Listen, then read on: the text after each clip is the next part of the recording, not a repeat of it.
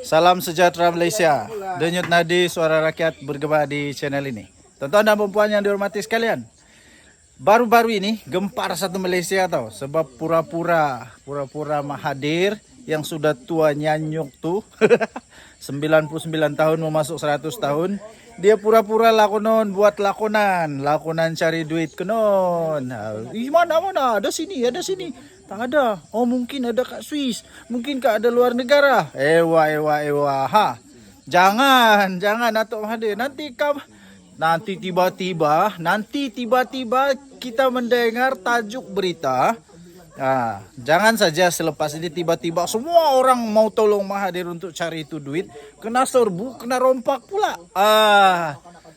Jangan nanti kita risau kalau tiba-tiba ada tajuk berita rumah Mahathir diserbu, atau rumah Mahathir dirompak, atau rumah Mahathir kehilangan duit 30 bilion, atau rumah Mahathir nampaknya kena pecah masuk oleh perompak sebanyak 50 orang perompak kerana dipercayai Mahathir kehilangan wang sebanyak 50 bilion. Jangan sampai macam tu pula tajuk berita nanti kan.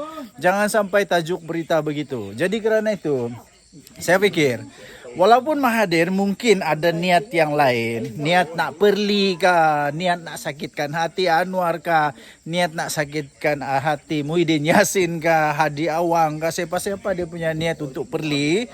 Walaupun ada niat, kalaulah ada niat, lebih baik jangan pura-pura buat begitulah kan. Lagipun apa faedah Mahathir dapat dengan buat begitu? Faedah dia satu je lah. Orang ada modal orang untuk buat troll kepada dia. Troll kononnya Mahathir sudah tua, Mahathir sudah nyanyuk. Memanglah Mahathir, mana ada orang bodoh lagi macam kau. Mana ada orang bodoh lagi macam Mahathir sekarang yang simpan duit di tepi estro kah, di tepi katil kah, di tepi di bawah, di dalam ini almari kah, atau di dalam peti besi. Itu adalah teknik lama. Itu adalah satu perbuatan lama yang sudah ketinggalan zaman. Orang sekarang memang simpan duit di bank, simpan duit di saham, simpan duit di tempat-tempat yang boleh mengembalikan keuntungan. Jadi Mahathir janganlah tunjuk sangat. Yang Mahathir itu sudah tua nyanyuk, sudah tidak dapat berfikir dengan jelas lagi. Janganlah terlampau ketara pula, nanti kena troll oleh orang-orang muda pula kan. Jadi sekali lagi, jangan sampai kita dengar berita bertajuk tiba-tiba rumah Mahathir dirompak 40 bilion hilang. Jangan sampai begitu tuan-tuan dan puan.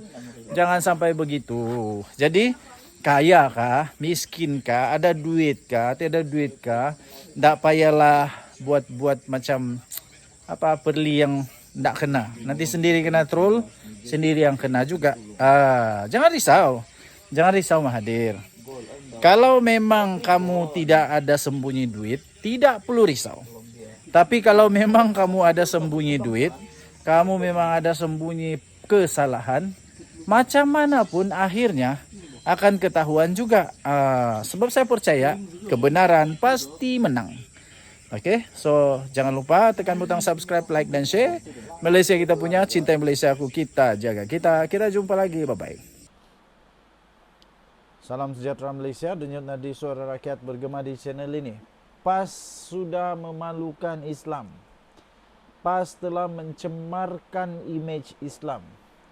PAS telah merosakkan gambaran baik tentang Islam. Dan kerana itu lebih baik ahli-ahli PAS cukuplah, bertaubatlah daripada terus sokong PAS yang nampaknya hanya menunggang. Banyaklah dia tunggang, yang hanya menunggang. Bertaubatlah dan lebih baiklah sertai parti amanah yang lebih sederhana dan bebas fitnah. Itu tajuk berita yang saya sisipkan bagi anda. Siap ada gambar Dr. Siti Mastura lagi. Doktor yang ada PhD, orang manusia yang ada PhD, tapi otak dia tak ada PhD. Boleh-boleh dia kata dia itu ini fitnah tanpa sebarang credibility, rujukan. Akhirnya memang kalah fitnah.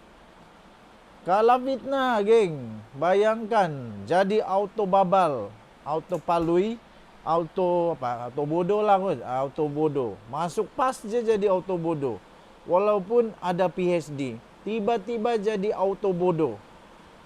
Dan jadi pengikut fitnah. Kalau gurunya fitnah, anak murid mesti fitnah, confirm punyalah.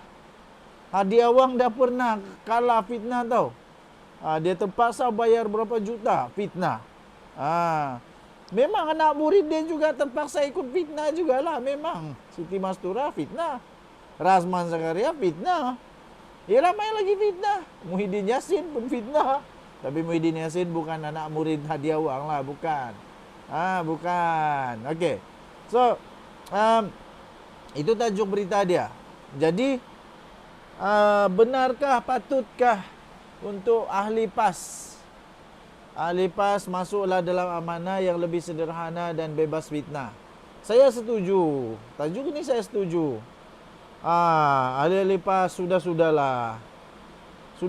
Berapa kali sangat? Berapa banyak kali lagi anda mahu ditipu oleh fitnah daripada orang-orang besar PAS ini?